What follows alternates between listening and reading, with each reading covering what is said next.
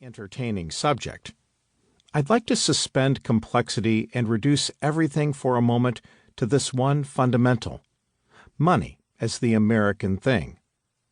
Alexis de Tocqueville is my witness.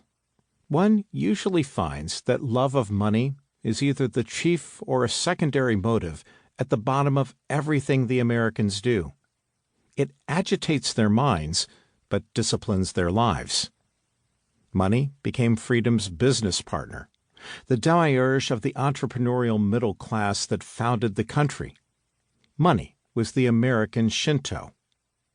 The New World was, in the words of another Frenchman, Hector Saint-Jean Crèvecoeur, une feuille blanche, or a blank page, a fresh beginning of history, a story liberated from the old world's plot lines, the worn grooves of centuries.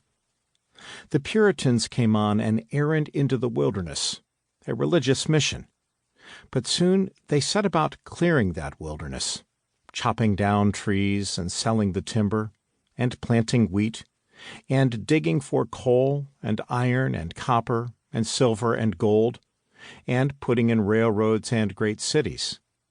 Money took over as the organizing principle, not religion or birth, class or custom. Money found its apotheosis.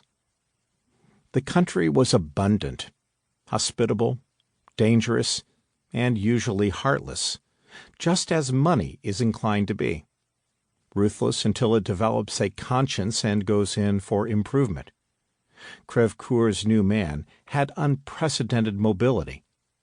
The newcomer might shed the old self and disappear into America and grow a new self. The New World was far enough away to sever the ties with Europe's still feudalistic restrictions. Money became the idiom of freedom and its partner, rapacity.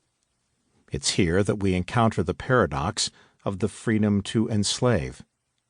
The signature American melodrama of race originated in money, in the economics of sugar, molasses, rice, tobacco, indigo, cotton, and kidnapped black African labor.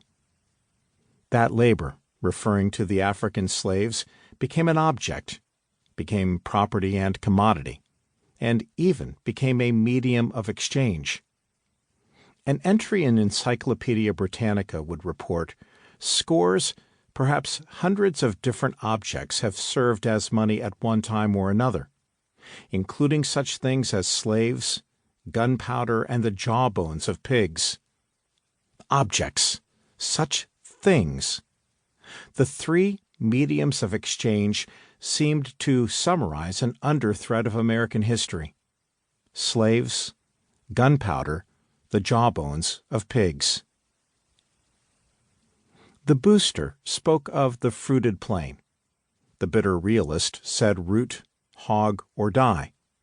The elegiac intellectual turned away from the spectacle in disgust.